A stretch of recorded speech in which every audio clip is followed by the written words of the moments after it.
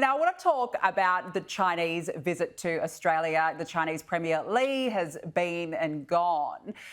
Cameron, the Chinese Premier left here, though, with no real breakthroughs on the chokehold that they've got on our lobster industry, and his officials bullied an Australian journalist at the same time. What do you think this visit achieved?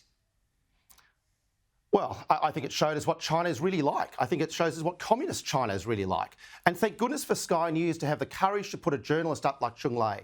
I mean, she did exactly what journalists should do, which is get to the bottoms and get to the facts. And Sky News should be congratulated for that. And so should News Limited for carrying the story over the next couple of days as well. But what a disgrace. The Prime Minister, after the guys left, complaints a complaint. It's just so typically weak of Albanese. And so contemptuous that you had a couple of embassy thugs in Australia's Parliament House decide they thought they could do what they do in China here in Australia. And our Prime Minister said nothing until after the fact. It's contemptuous for Albanese because they see him not as a handsome boy, but as a weak boy. Absolutely spot on. But clumsy, he said, clumsy, and then ham-fisted, very stern comments from Albanese there. Michael, was this even worth a visit? What did they achieve? Well, look, I've always argued that, trade with China has to be mutually beneficial. We're not here to receive largesse from China. Our goods and services are goods and services that are competitive and they're efficient. And if people want to buy them, they buy them on their merits. They don't buy it to buy our friendship or our support for their undemocratic political regime. The Chinese kleptocracy has shown consistently that it's only willing to trade where it's in their own political interest, not economic interest, political interest. And we just need to stand up to them. I thought that was pathetic and weak, and the government should have made it very clear that they won't tolerate that sort of behaviour in Australia.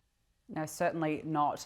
Now, Labor Senator Fatima Payman has called on the Albanese government to recognise a Palestinian state. In an opinion piece for Al Jazeera, she said the world has, quote, witnessed the mass killing and displacement of Palestinians and the devastation and destruction of Gaza.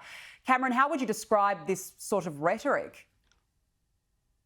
Well, and Fatima's gone far worse than that. She's accused Israel of genocide, which is just disgusting. Disgusting. Israel is defending its democratic right and the people who were slaughtered, raped and murdered by Hamas, a terrorist organisation. And yet we have this Labor senator still in the caucus. This Labor senator should either resign or be sacked.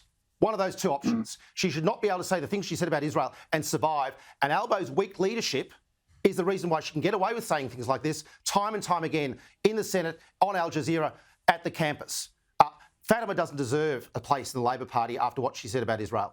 No, absolutely not. And we've seen this weak leadership time and time again when it comes to matters surrounding the Middle East. Michael, she's broken ranks here.